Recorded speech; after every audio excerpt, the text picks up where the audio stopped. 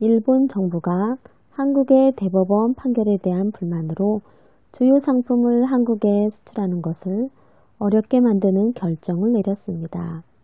그것으로 시작된 일본의 경제 조치는 한국인들의 심기를 크게 건드렸습니다. 한국의 소비자들은 일본 제품을 사용하지 않는다든지 일본 여행을 가지 않는 방식으로 일본의 부당한 행위에 대해서 항의를 표현하고 있습니다.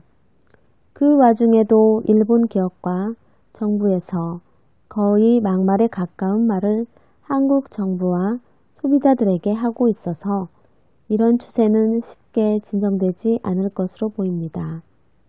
한국 국민이 자발적으로 진행하고 있는 일본 제품 불매 운동을 보면서 한편으로는 정말 많은 일본 제품이 한국 사회에 들어와 있다는 생각을 하게 됩니다. 사람들이 의식을 하지 않고 구매를 지금까지 하였던 것은 그만큼 한일 관계가 문제없이 진행되었다는 것을 반증하는 것입니다.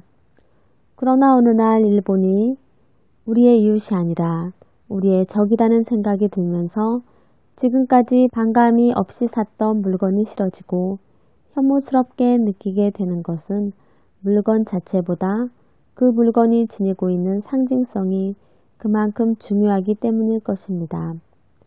당분간은 일본 제품을 사는 것뿐 아니라 이미 쓰고 있는 일본 제품에 대해서도 사용을 하지 않을 것이 분명합니다. 많은 전문가들은 일본이 이렇게 한국을 상대로 무역 조치를 하는 이유로 한국이 일본과 대등한 관계로 나아가기 때문이라고 보고 있습니다. 그래서 무역 조치 등을 통해서 한국의 추격을 따돌리고 일본이 우위에 있다는 것을 과시하기 위해서라는 것입니다. 이런 일련의 상황을 그리스도인으로서 어떻게 보면 좋을지 생각을 해보았습니다.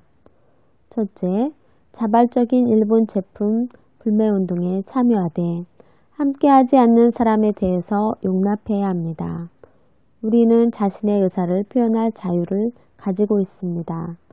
그리고 소수의 의견이 반사회적이나 반국가적이지 않는 이상 우리는 그들의 의견도 수용을 해야 합니다. 그것은 종교의 자유에서도 마찬가지입니다.